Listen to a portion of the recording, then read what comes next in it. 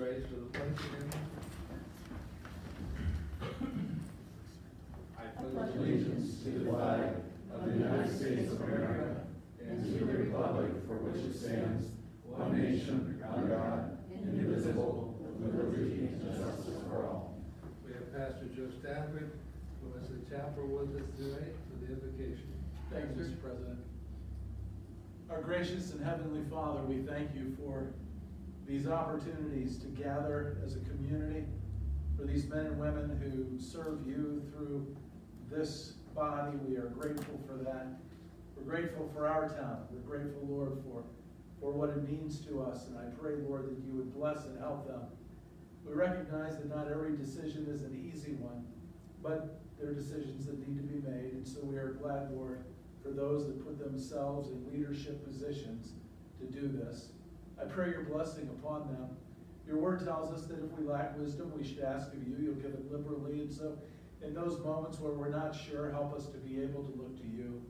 Thank you, Lord, again for all that these folks do for our community and the betterment of Galion. We are grateful as we pray these prayers in your precious and holy name, Lord. Amen. Amen. Thank you, Pastor. We'll have roll call, council members. Mrs. Ott. Here. Mr. Basham. Here. Ms. Earlston. Here. Dr. Fellner. Here. Mr. Ivy. Here. Mr. Richard. Here. Mr. Triplett. Present. Let me noted that all 7 council members are present tonight. Next is roll call of elected officials, safety service director. Mayor O'Leary. Here. Auditor Baldinger. Here. Law Director Palmer. Here. Treasurer Sparks. Here. Safety Service Director Ward. Here. We've all had a chance to look at the minutes of the May 23rd council meeting. Discuss that, then. Is there a motion to approve them? Mr. President, Mr. Ivy. I would like to make a motion at this time concerning a vote change as reference for one of the members here. And I'll let her Okay. make that on the discussion first, I guess. Mr. Palmer? I think it's probably better if you share with it, or I. Oh, okay, I can share. What it is, Ms. Hall inadvertently, voted on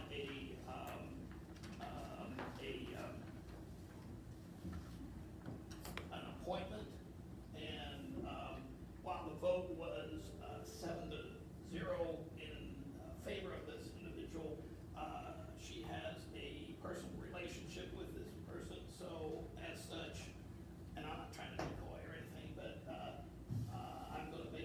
I'd like to make a motion so she may be able, or that we can amend that. Am I doing this correctly, Mr. Palmer? 'Cause Yes, this make is a out of motion to my- amend it that Ms. Hall would abstain, Yeah. reflect an abstention. Yeah. Okay, you heard the motion by Mr. Richards, second by Mr. Ivy. Discussion. Roll call. Ms. Ott. Abstain. Mr. Bodkins. Yes. Ms. Earlston. Yes. Dr. Fellner. Yes. Mr. Ivy. Yes. Mr. Richard. Yes. Mr. Triplett. Yes. Okay, it passed. Karen, did you vote for it? No. Okay, 7-0. So, okay, now, minutes of the May 23rd meeting. Y'all had a chance to read them. Do we have a motion to approve? Mr. Triplett made the motion. Second, Mr. Ivy. Any discussion, additions, corrections? If none, roll call. Ms. Ott. Abstain. Mr. Bodkins. Just approving the minutes from last meeting. Ms. Earlston. Yes. Dr. Fellner. Yes. Mr. Ivy. Yes. Mr. Richard. Yes. Mr. Triplett. Passed by 7-0 vote. Now we have several additions to the agenda tonight. The first is ordinance 2021-47. Do I hear a motion to add that to the agenda? I'll make a motion to add ordinance 2021-47 to the agenda. Mr. Dr. Fellner made the motion, second by Mr. Bodkins. Roll call. Ms. Ott. Yes. Mr. Bodkins.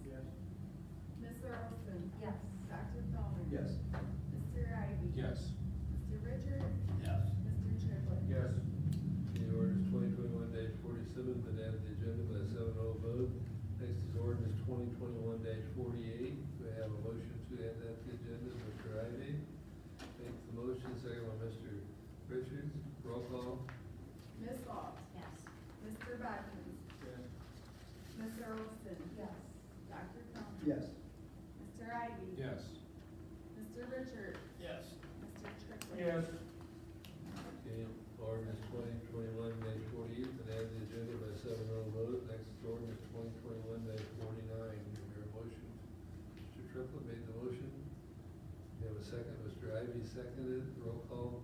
Ms. Aug. Yes. Mr. Bodkins. Yes. Ms. Earlston. Yes. Dr. Cronin. Yes. Mr. Ivy. Yes. Mr. Richard, Yes. Mr. Triplett. Yes. Okay, that's ordinance 2021-49 has been added by a 7-0 vote. I need a motion to approve the agenda as amended. Mr. Triplett made the motion, second by Mr. Ivy. Discussion? If none, roll call. Ms. Aug. All in favor? You can do a roll call, it's usually all in favor, but you can do a roll call. Ms. Aug. Yes. Mr. Bodkins. Yes. Ms. Earlston. Yes. Dr. Cronin. Yes. Mr. Ivy. Yes. Mr. Richard, Yes. Mr. Triplett. Yes. Passed by 7-0 vote. Nobody's asked to address the council tonight, I don't believe. Moving on to legislation, ordinance 2021-40, first reading.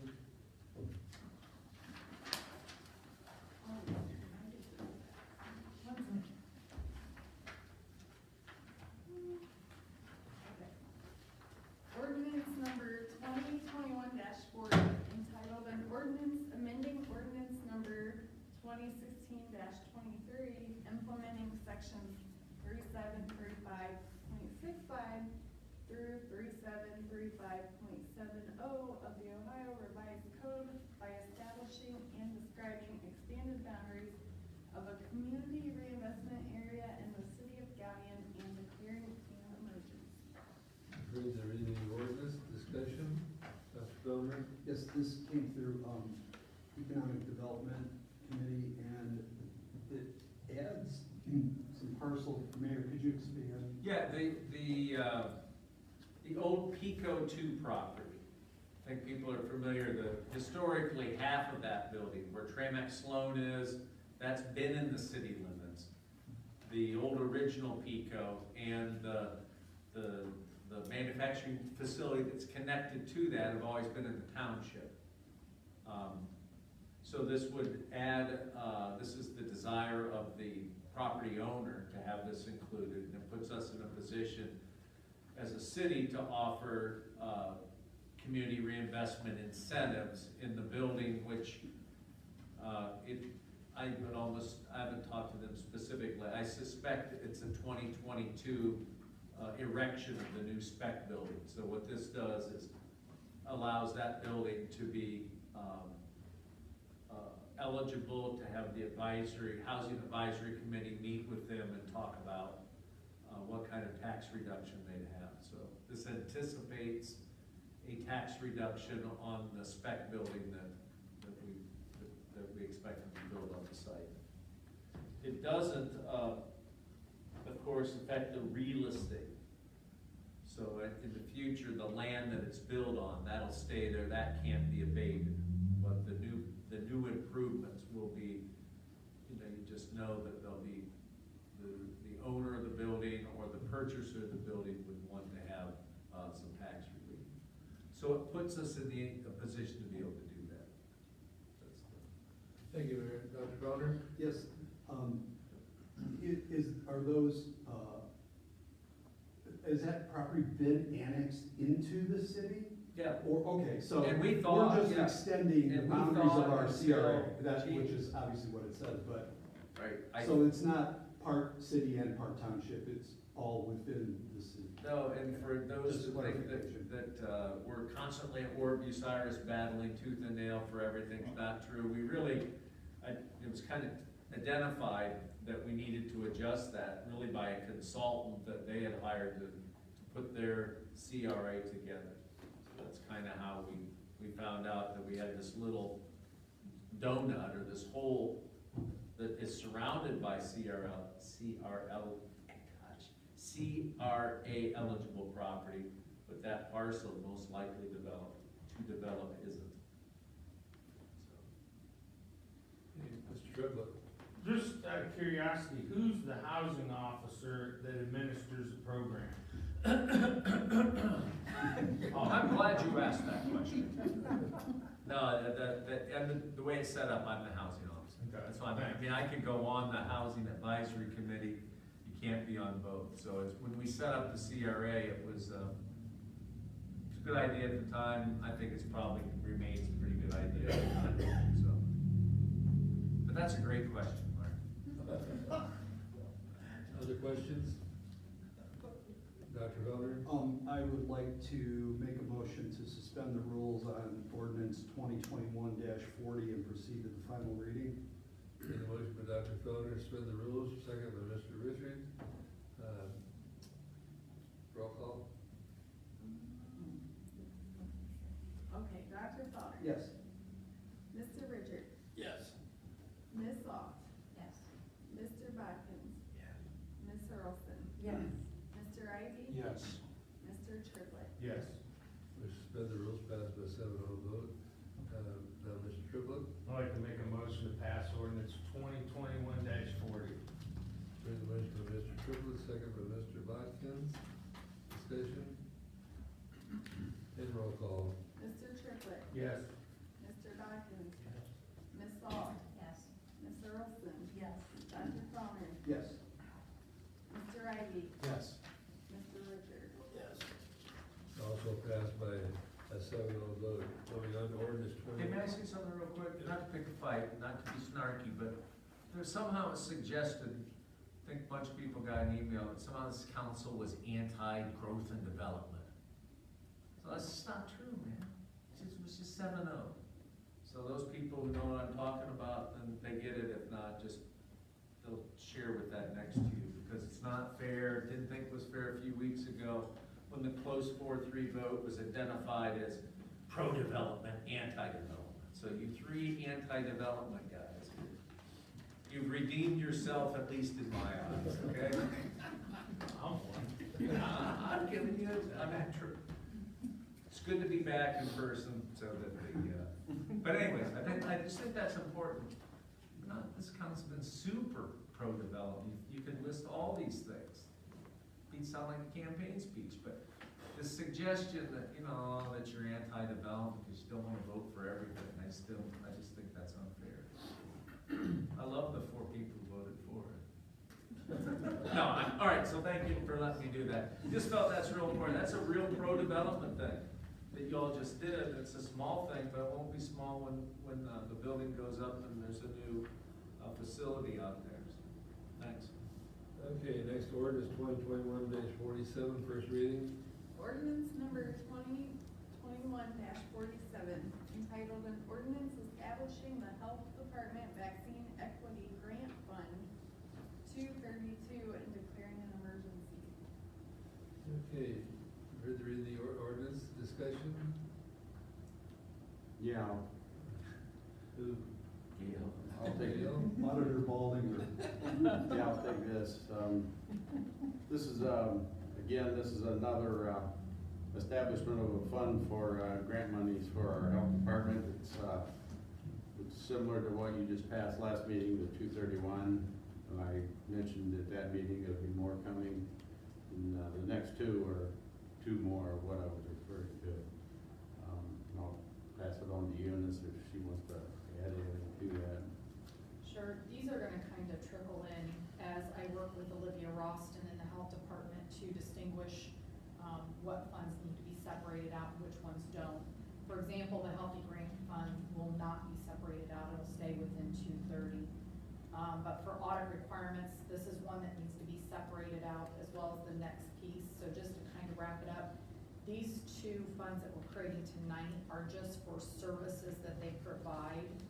So it's not, they just had to establish so many activities to receive these funds. So they have done that, and as we establish depending on where we are at with funds, we may be, requesting advances or doing reimbursements, depending on the type of grant and where it's at. But this is giving them some opportunity to move some money around, as you will see, to where it will reduce the city's, grant to the health department. So at the end of the year, that'll be money coming back to the general fund that we had granted them at the beginning of the year. Thank you.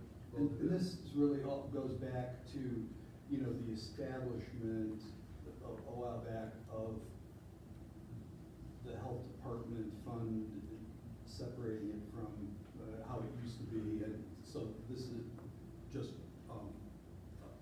more iterations of that. Well, this is a little accounting bit for- different actually, because there's specific grants that have federal funds. Okay, And when you have federal funds, they, by audit standards, they have to receive interest. okay. So we have to separate them out so that we can track them. It's more of a tracking thing Okay, for the thank you. grants. And like I said, not all of them will be separated out, but that's what we're trying to, we have to go through each notice of award to determine where the funding is coming from, trickling down through and things like that. Okay. So there's two more that we have, coming up, but I haven't figured out, we've already done some spending, and I haven't figured out how we're gonna fix all that and do that, because some of it was from last year with the, COVID money and stuff, so it's gonna be a little bit more tricky for me to figure out. Great, good clarification, thank you. Okay, so, So, is this to kind of help with, you said, putting money back into the city's general fund, is this kind of helping so that we're not accidentally putting grant dollars back into the general fund? Is this like keeping track of them? Well, Because these, you wouldn't wanna put grant dollars back into the city, right? they will, so how this is gonna work, if I can explain this right.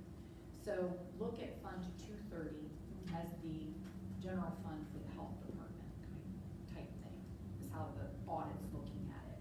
So these two in particular were for services that they had to provide, like so many, being on site to answer questions, different things like that. So if I was an employee in the health department and I spent time doing this, they tracked that. So now my time that I spent can be reimbursed back to 230 into the wages lines. So then at the end of the year, any balance that's left in there will come back to 101 because of the grant that we give them at the first of the year. Okay, thank you. Yeah, did that make sense? It does, yeah. question? Yeah. Richard? Eunice, I'm assuming, I'll just add one more thing too, is that these are a requirement from the state as well as federal, as you mentioned, usually in setting up these accounts for the different. Some are from the state, others are, we have found are like right in the notice of award. Oh, Or the okay. training that, Olivia has done, in the training, it will say you have to set this up in a separate fund.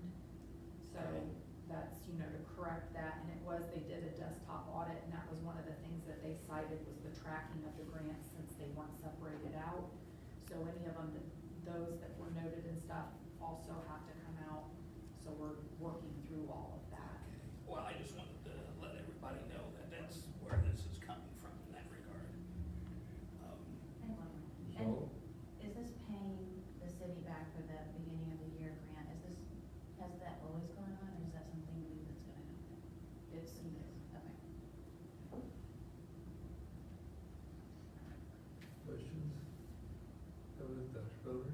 Yes, I'd like to make a motion to suspend the rules and proceed to the final reading on ordinance 2021-47, since the next couple of pieces of legislation follow and this grant fund is rolling in. I think the establishment of the fund needs to be done, so that's my point.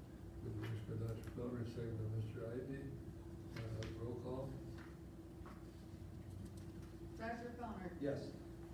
Mr. Ivy. Yes. Ms. Aug.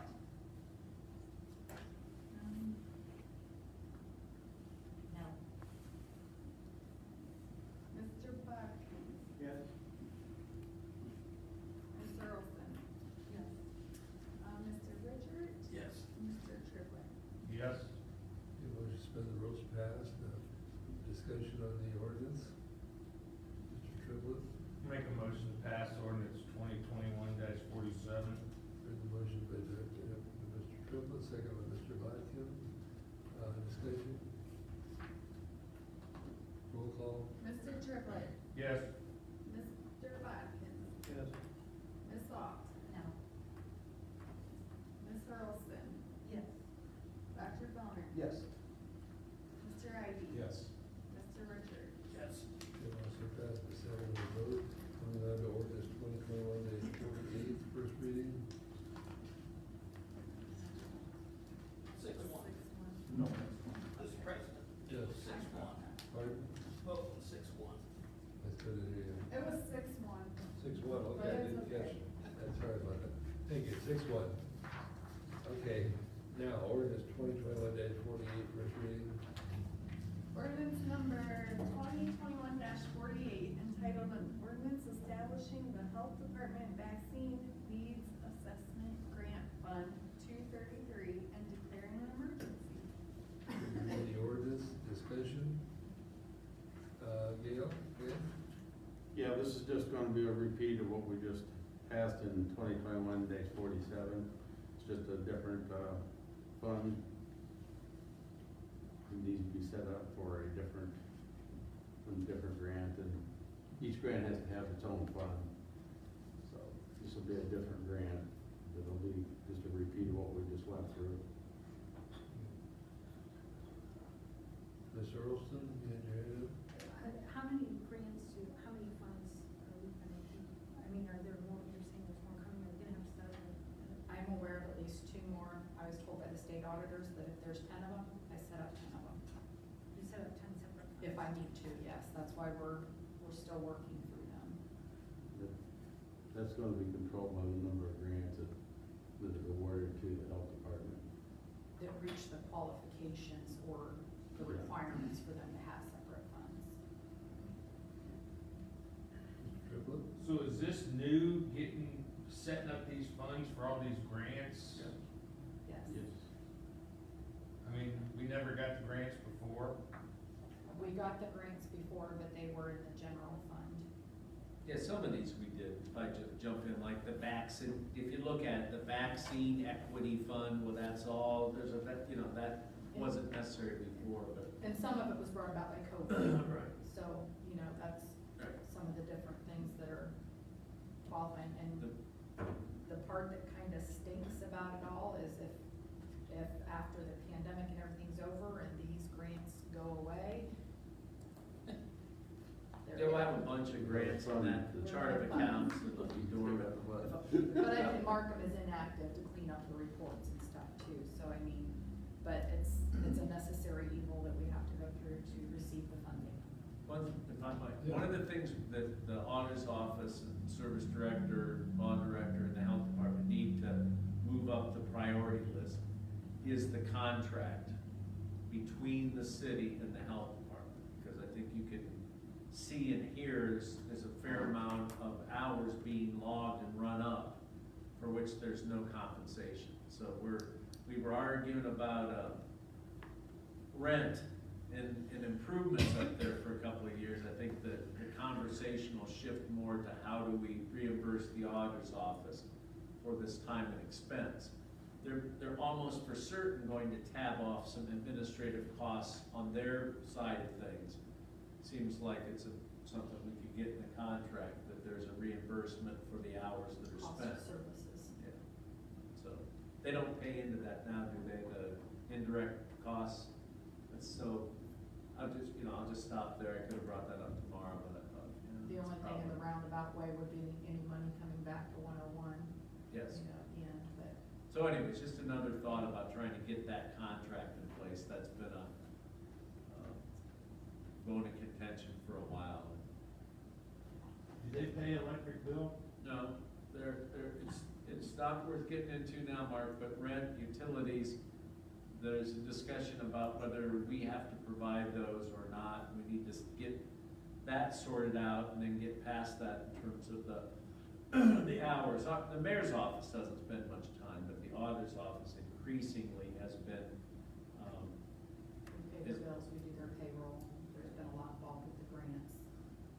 that's not recovered, and the more, like, when all we were doing is giving them $600,000, and then they spent general fund money, it probably wasn't as important, but strategically and increasingly, the strategy's being implemented, that they're seeking grants, for which they get some administrative cost money that helps them.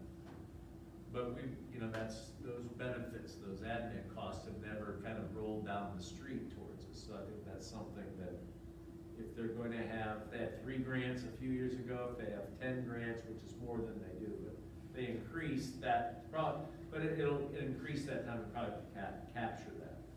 And it might be important to Yeah. mention, if you disagree, please say so, but as far as the agreement goes, it's my understanding right now, rent and utilities is off the table, and that's fine. But as the state auditors told us in the beginning of this, the agreement will be evolving. There will be amendments to it as we go through and find additional things that we run into, because it's new. So the agreement can be amended. So we'll see, there'll be a new regime in the next 30, 45 days. There'll be a new director up there. I think that's probably the time to approach them about sort of, if you were, the sides between, the rent utilities do they have to pay or not? There was an effort made with look at it legally, and it just sort of stalled out. I think it's fairly clear about the rent utilities issue. The question was more along the lines of computer servers and other similar expenses. Which is to say, I don't think we charge for rent utilities, but they have a big ES bill, they bought their own servers, so there's some things that we need to work out. ES as an ES consultant. Too much need to know. But anyways, I just think this discussion points out the need to kind of get back at that and get that contract developed. So, thank you. Other questions on this? I would request that this be done as an emergency as well. Dr. Schroeder? Yes, I'd like to make a motion to suspend the final rules on ordinance 2021-48 and proceed to the final reading. The motion by Dr. Felder, suspend the rules, second by Mr. Bodkins. Roll call. Dr. Fellner? Yes. Mr. Bodkins? Yes. Ms. Aug? No. Ms. Earlston? Yes. Mr. Ivy? Mr. Richard? Yes. Mr. Triplett? Yes. It passed 6-1. Discussion on the original ordinance, Dr. Triplett. I make a motion to pass ordinance 2021-48. The motion by Mr. Triplett, second by Mr. Ivy. Discussion? And roll call. Mr. Triplett? Yes. Mr. Ivy? Yes. Ms. Aug? No. Mr. Bodkins? Yes. Ms. Earlston? Yes. Dr. Fellner? Yes.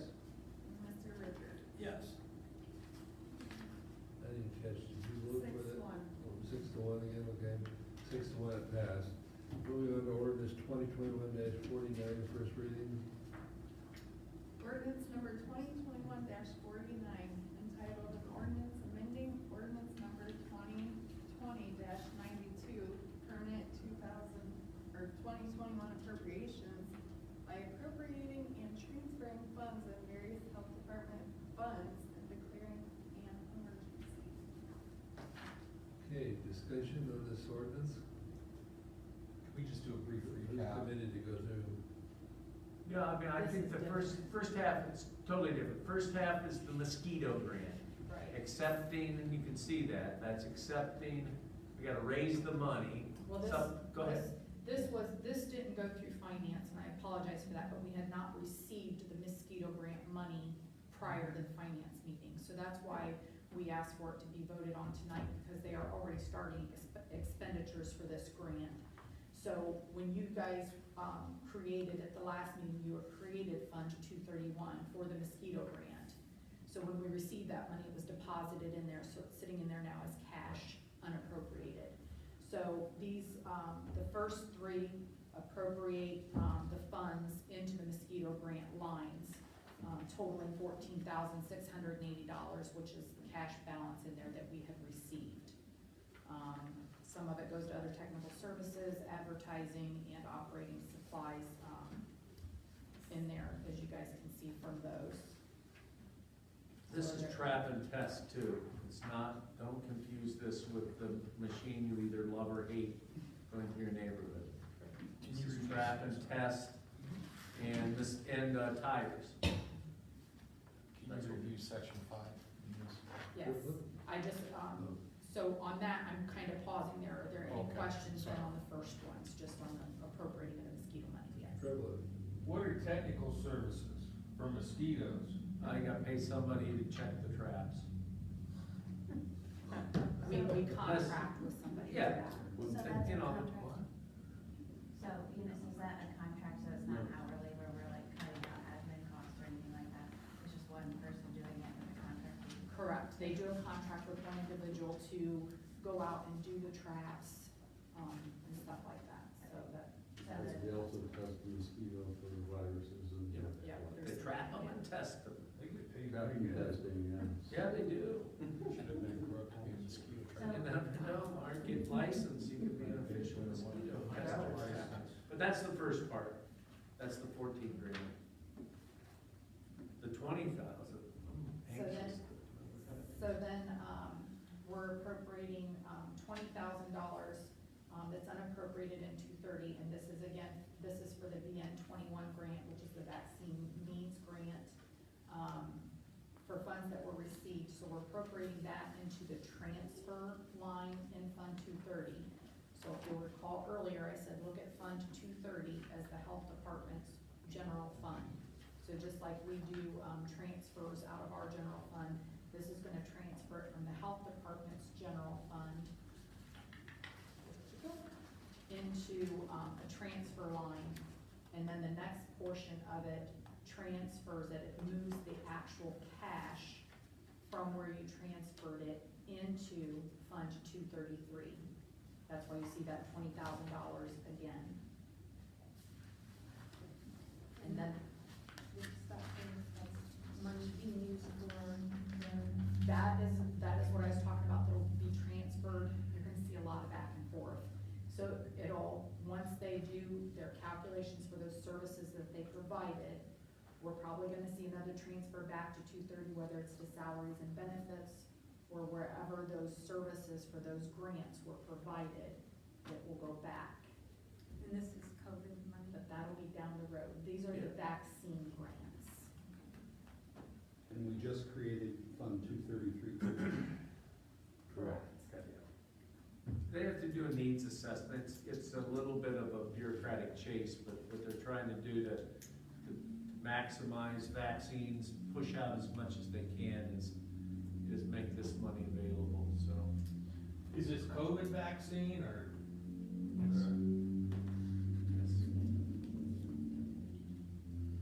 And Eunice, is any of this $20,000 applicable to being put back into the general funds of the city at the end of the year? Or is it all like contract based, like once they do the service, they get the 20,000? Once they do the service, they get the 20,000. So there's no admin cost or anything associated with it?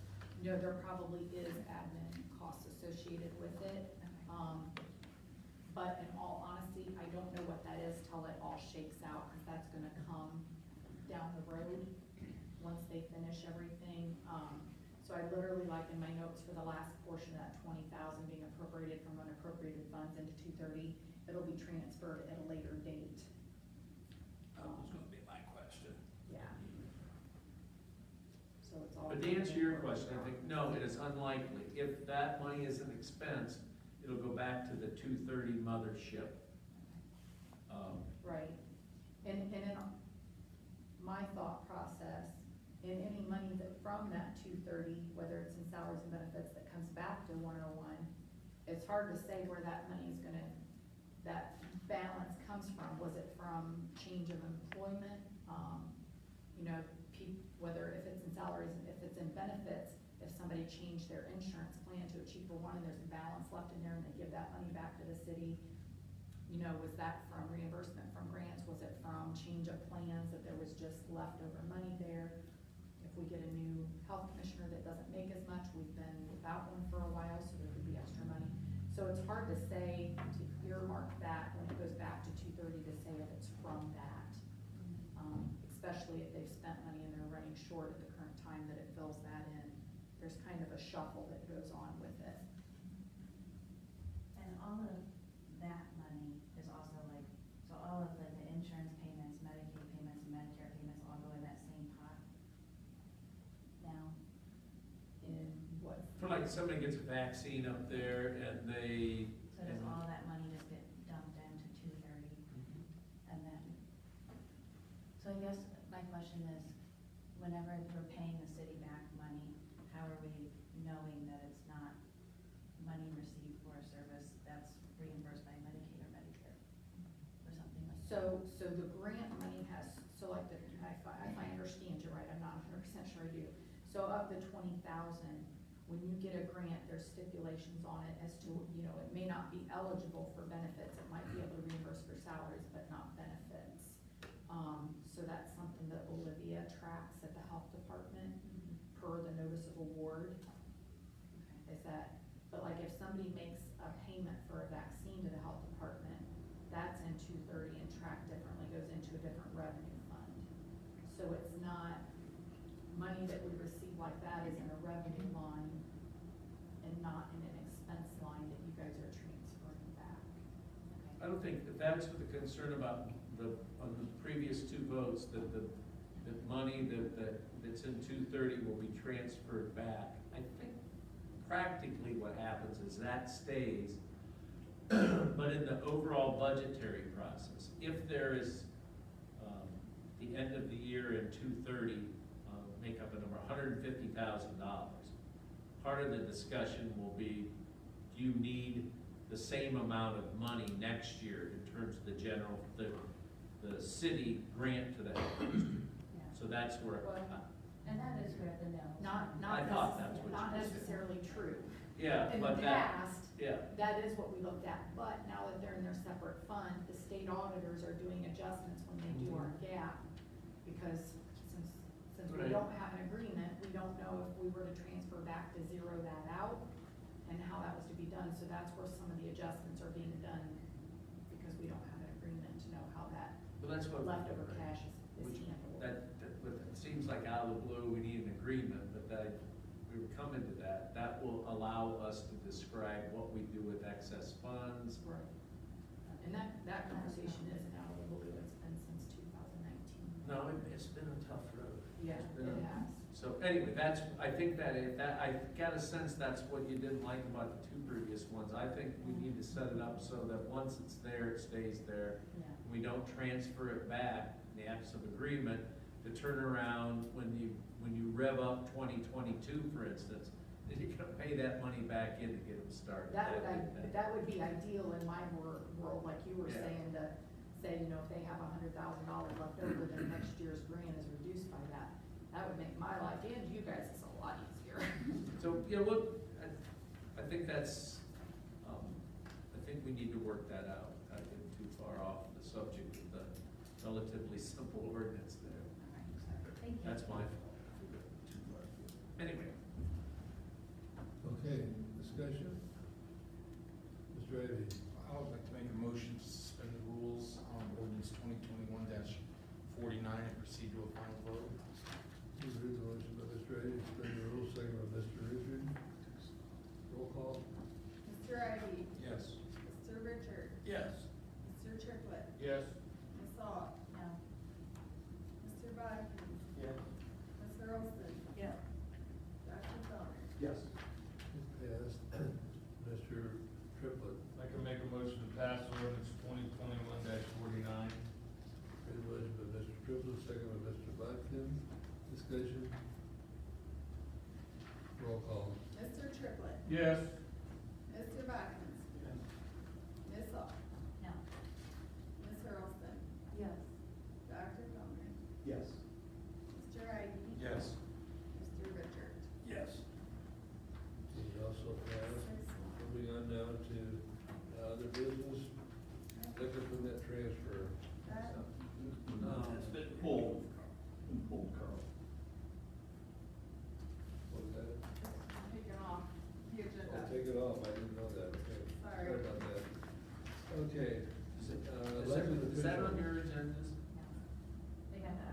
agenda. It was on the first agendas that went out, Tom, was that Yeah, correct? thank you. It was on originally, and I didn't just take it off. Okay, Auditor Baldinger. Yeah, the only thing I have tonight is, we do have our credit cards in hand. Eunice, yesterday and today has gotten all of them activated and they're ready for use. All the department heads are gonna be going through a training on this, for implementation. So they won't be distributed until after all the department heads are trained. So the each department's getting a card, they're not gonna be controlled by the service director? No? No. But they have to be available for them to use. So, the cards will be kept in the safe in the auditor's office. And then, per the policy, there's the exhibits where they have to sign the card out if they wanna use it. And then, how I had to set it up in VIP, if it's used, whoever uses it has to sign all the receipts. There's a form that they have to fill out to submit for payment in our office, with those receipts. So, we're starting out slow in baby steps, is the best way that I can put it. I have not, I just activated the cards, I have not been through implementation, myself yet on it, so I really can't answer a lot of questions on that. It's just, we do anticipate, for next month's reports, that you guys will start seeing some credit card reports from the VIP system.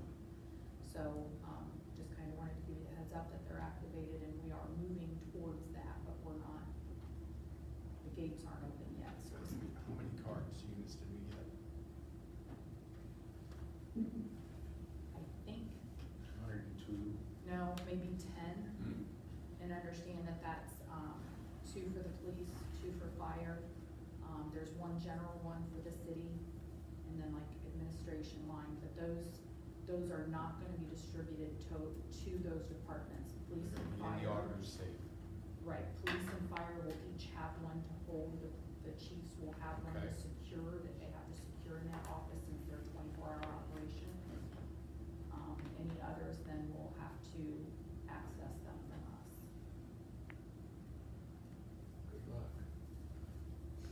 Thank you. Anything else, Gail? No, I think that's it. Okay, Treasurer Sparks?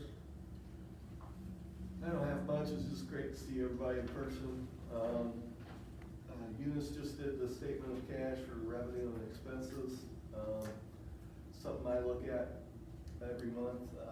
Looks like we have about $8 million in the general fund, and the water, sewer, and the electric funds look like they're in fairly good shape.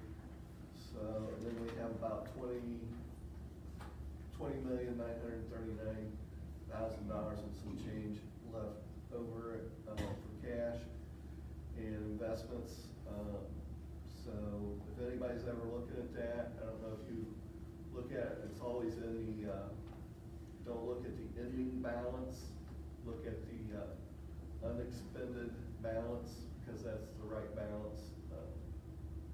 Instead of looking at the ending balance, I've had a lot of questions, people look at that ending balance. That's after we have expenses for the rest of the year, not next month. So that's what that is. So if you ever look at that. So just want to let you know. So they should probably have the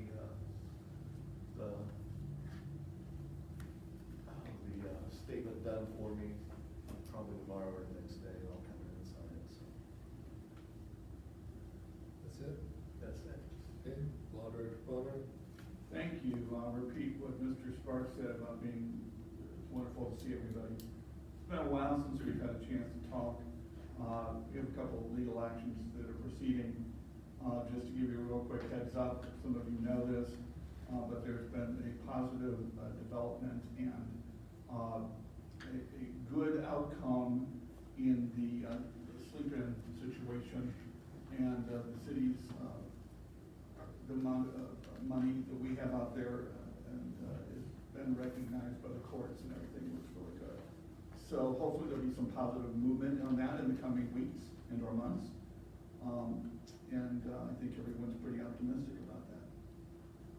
Other than that, that's it. Okay, thank you.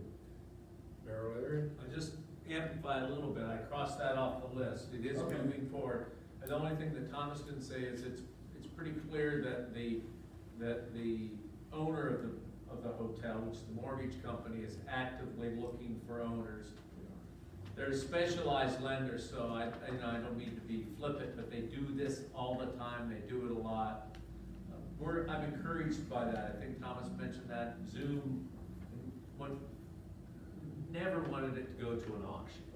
So it looks like we can avoid that, and it'll be a private sale. The seller, has to do this all the time or frequently, and his buyer pool, I think, will really help us get this accomplished. So I agree with that. The other issue that is inching forward on hotels is the Central Hotel. Probably don't keep that in the forefront of your minds, but we're trying to work through, get a finalized agreement. We talked today, Thomas and I believe it's worth our time to get a building assessor / appraiser who does buildings of that age. They don't have to be historic preservation, but they've worked around buildings that are 150 years old. At least. So I think that's one thing, so that we know what we're going to be taking over. I think we have little choice about accepting it, but we'll know kind of what we're getting into.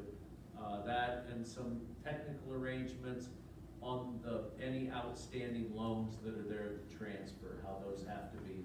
The essence of it is, for certain, we didn't have any desire to change. We as either law directors, mayor's office, to move away from the low income kind of preference. So that's part of the borrowing. A big chunk of that money requires us to do it, yet we're gonna do it anyways. So I don't see that as a big problem. We weren't gonna gentrify, kick out the current residents and bring quote upscale renters. So that's maybe the two conditions. One, we'll keep that covenant or pledge, and then we'll I think want to know what the current condition of the building is. So anything more on that?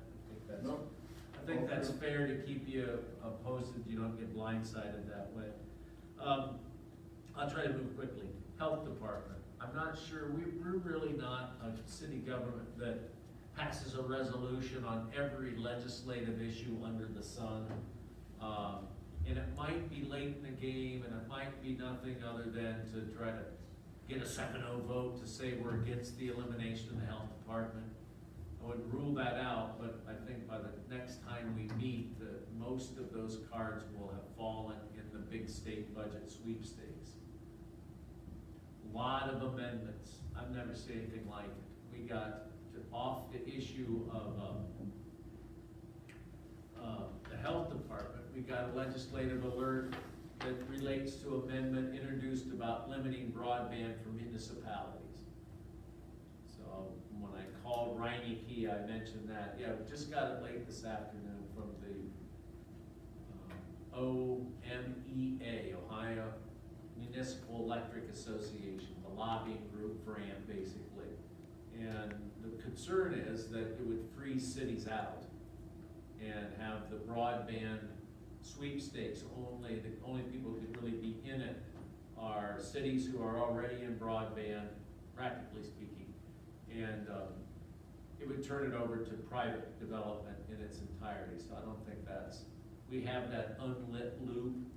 You'd hate to see that be totally made irrelevant. So talk to the state senator about that, and we can push out, Natasha in her other role can push out that late afternoon email from the main lobbyist for OMEA. So that's out there. The other thing is the health department, the elimination. Senator Reineke has pledged to try to introduce a bill to have that kicked out entirely and have the issue of whether or not city health departments are sunset handled by a standalone piece of legislation. Editorial comment. this is the worst in like 25, 30 years I've been watching, maybe longer, I've been watching the state budget. I've never seen so many ornaments on a Christmas tree of a budget. It's, it would be a full-time job tracking that. Full-time to just tracking the issues that affect the Lowell Galleon. So it's, not much you can do about it, but the budget ought to be straightforward, not extra purpose stuff tagged on. We've talked about the health department, they give us $2,000 a year. That can hardly be a budgetary consideration in this dozens of $1 trillion budget. So anyways, so that's on the state budget stuff. Couple things real quick, not sure where it's at, but when we've been looking at the condition of the water fund, and we're looking late last week at some debts that we've had for quite a while as a city that we've never really questioned. So we're trying to look at that. It appears on the surface that a major, looking right at Mark, whom I have the most institutional Mark, that a major stormwater improvement was done, but has been paid for from the start with water and sewer funds. So the Gabion baskets and the not so famous, because people never were caused to hook up Bueller Storm. Remember those projects? Yeah. And then there seems to be some other debt that was incurred at that time. We're still chasing that down. The reason I mention it is that the big improvements that I'll get to and what I'm gonna recommend we do with the American Recovery Plan Act money, 1.8 million the city got. Biden bucks, if you still have a sense of humor. That we're gonna have to put a lot of money in our water utilities. And it would make sense that if we looked at, if we have a stormwater project, look at the chart of accounts, we've got decent funds there, is being paid with water and sewer. And we need to look at stopping that, and then the discussion that I've been trying to initiate with the state auditor is to see if we can't correct that. So since '06, we have been paying the cleaning up of Heisey Park and the Gabion baskets. That challenges your memory. They're overgrown now, to be honest. But, Yeah, no. and the Bueller sub, that's 850 of the 1.2 million the city borrowed. It's, in my mind, has nothing to do with water and sewer. So that's, we're tracking that down. I don't know where it will come out, but it's to try to get fund equity and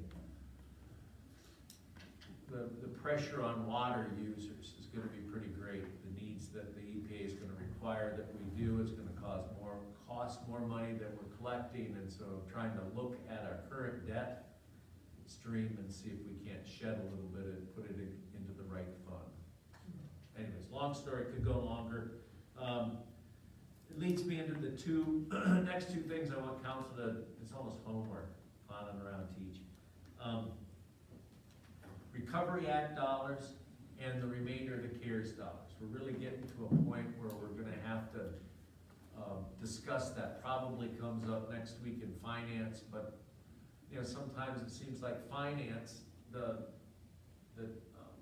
if you're not on finance, there's gotta be a way to know that that discussion's going on so that you can participate in either by talking to members. But with the recovery fund dollars, just one or two more things on this. There have been 2 meetings, county-wide meetings, with the goal of trying to identify projects that can provide bigger impact than a number of little projects. Give you an example. There is a need to tie Bucyrus and Galleon's water systems together for an emergency. You know, some crazy Irishman, you know, IRA goes crazy and wants to pollute the water with some other substance, you know, how they could get, we could shut down, we wouldn't have to contaminate. Or we had a major outage at our plant, or Bucyrus did, you know, we would drain down the water towers, hope we had it fixed before then, and then not sure what we would do. This would allow that interconnection, so that's a project that looks like there's some countywide benefit. I believe, and I get eaten alive maybe, social media, the Beardsley Hayman subdivision is probably in the same condition that Westmore was before the Obama dollars were applied to getting Westmore sewer. So I'm really think that for the Galleon area, that that's an important issue to address that. And that some of the county's money, we got 1.8, they got 8 million.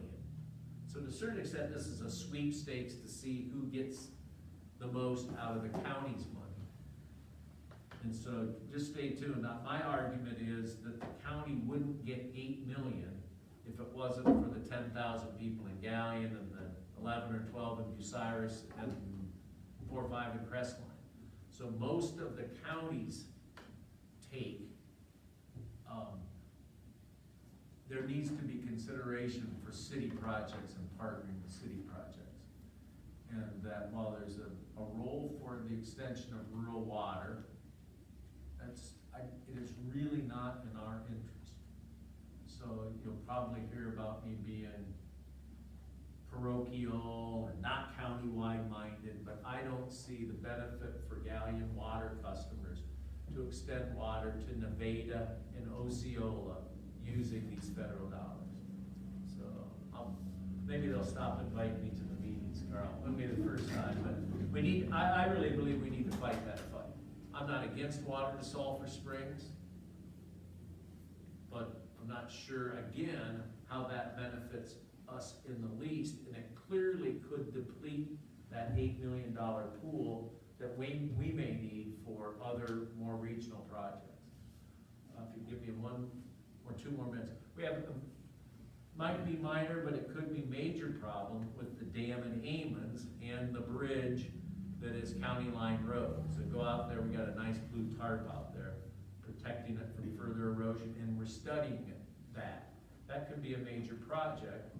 And to me, that is a county-wide project. It's a county road, it's a bridge, and it's our dam. And so those are the kinds of projects that I think that Galleon needs to push forward to access some of the money the county has. So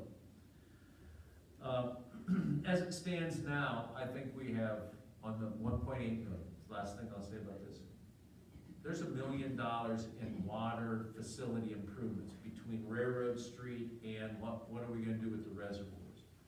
We've got the dam I mentioned in Amons, but we've also got some slope issues that I think most people have heard us discuss at Powers. So that's gonna be a major project at Powers, just lowering the slope, and so we're looking at that. So I see a large chunk of that 1.8 million being allocated there so as to stop, what some people would say excessive rate increases.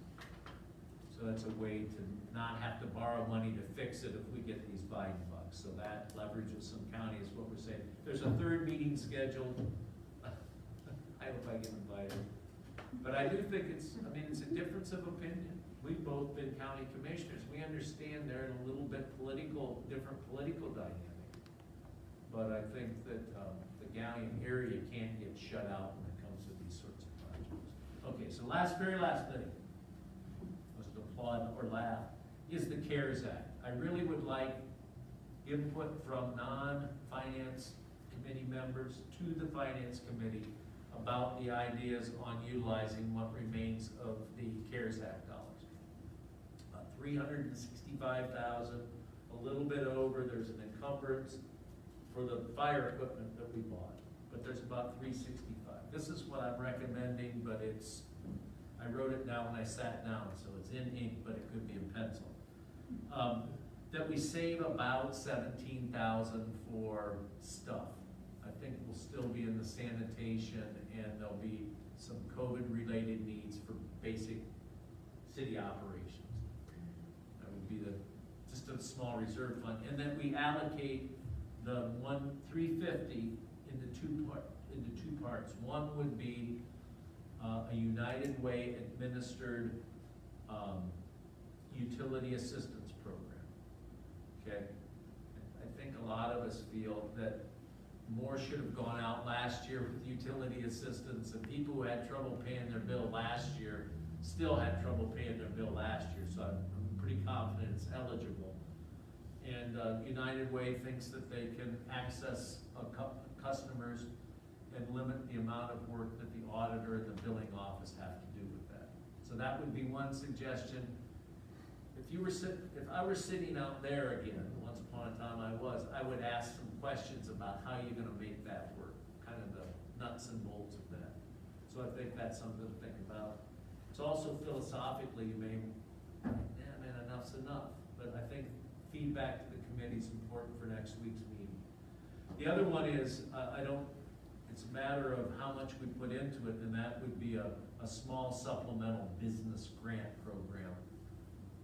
If you believe that, and I can speak out of both sides of my mouth on this, I don't want to be the local government that every time you turn around, we're gonna push more money out for what might be considered business assistance, welfare, business welfare.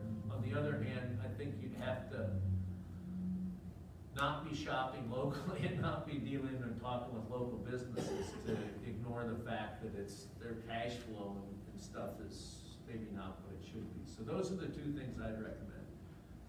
A max of 200,000, it makes all the sense in the world to administer that, in my mind, at least, through the chamber. They did, twice as much last year. So they're set up to get the word out, push the money out. I don't think we want to be giving individual business grants or gift cards or anything like that. So I think the chamber is the right vehicle, and I think administratively, we already know how it's done. I think that's pretty simple, so I don't know how long, and stop looking at the clock. It's real important we get some decision on that $350. If you don't want to do the utility program, I'm certain that there's $350,000 worth of needs / desire to get some more business grants. So